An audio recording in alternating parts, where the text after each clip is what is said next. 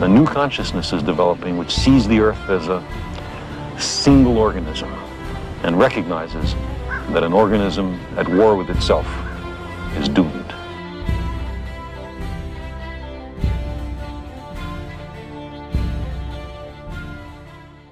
Hey, welcome back. We're on 2 Samuel chapter 12.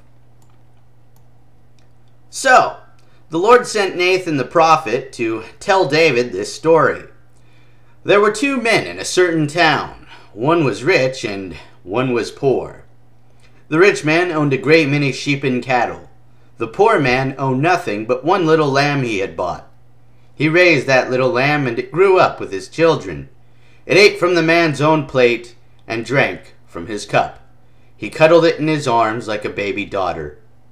One day a guest arrived at the home of the rich man, but instead of killing an animal from his own flock or herd, he took the poor man's lamb and killed it and prepared it for his guest.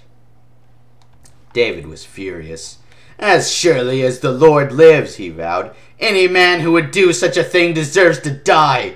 He must repay 4 lambs to the poor man for the one he stole and for having no pity." Then Nathan said to David, "You are that man. The Lord, the God of Israel, says, 'I anointed you king of Israel and saved you from the power of Saul. I gave you your master's house and his wives and the kingdoms of Israel and Judah. And if that had not been enough, I would have given you much, much more. Why then have you despised the word of the Lord and done this horrible deed? For you have murdered Uriah the Hittite with the sword of the Ammonites and stolen his wife.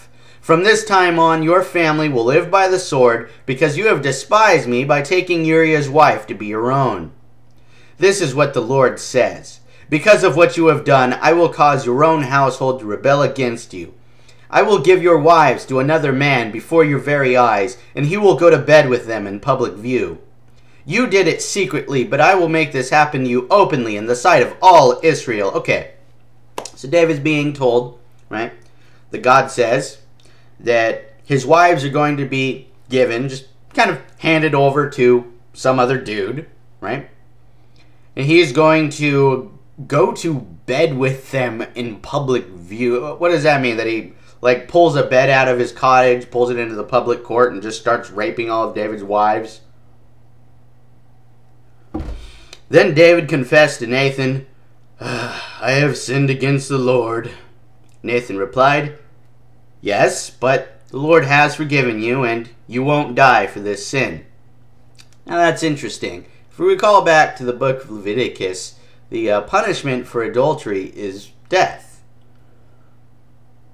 Doesn't seem to be the case here, though. This may be one of those situations where punishment actually varies depending on social class. Nevertheless, because you have shown utter contempt for the Lord by doing this, your child will die. Okay, so instead of killing King David, they're gonna kill his child.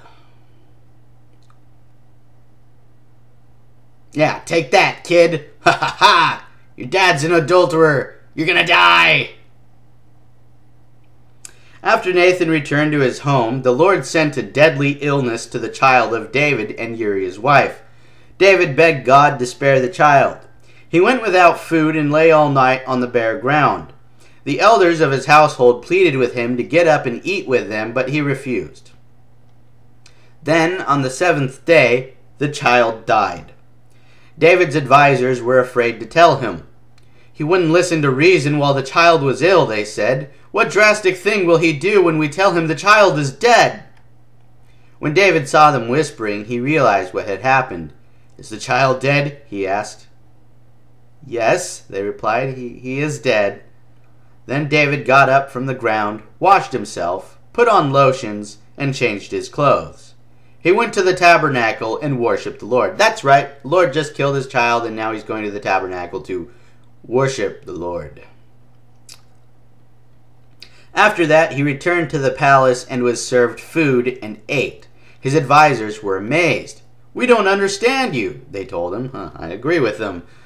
"While the child was still living, you wept and refused to eat, but now that the child is dead, you have stopped your mourning and are eating again?"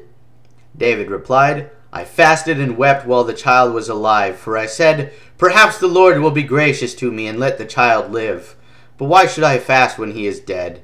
Can I bring him back again? I will go to him one day, but he cannot return to me. Then David confronted Bathsheba, his wife, and slept with her. She became pregnant and gave birth to a son, and they named him Solomon. The Lord loved the child, and sent word through Nathan the prophet that they should name him Jedediah, which means beloved of the Lord, as the Lord had commanded. Okay, so I guess God's not going to kill this one because he actually likes it. Meanwhile, Joab was fighting against Rabbah, the capital of Ammon, and he captured the royal fortifications. Joab sent messengers to tell David, I have fought against Rabbah and captured its water supply. Now bring the rest of the army and capture the city. Otherwise, I will capture it and get credit for the victory. So David gathered the rest of the army and went to Rabbah, and he fought against it and captured it. Yeah, wouldn't want credit to go to someone else, now would we? David removed the crown from the king's head, and it was placed on his own head. The crown was made of gold and set with gems, and it weighed 75 pounds. Jesus. David took a vast amount of plunder from the city. He also made slaves of the people of Rabbah and forced them to labor with saws, iron picks, and iron axes, and to work in the brick kilns. That is how he dealt with the people of all the Ammonite towns. Then David and all the army returned to Jerusalem. Doesn't say anything about God getting pissed off at all the war and plundering, but then again, I guess we established in the past that God is okay with that and encourages it. Anyway, that was 2 Samuel chapter 12. We'll return with chapter 13. Have a good one. Peace.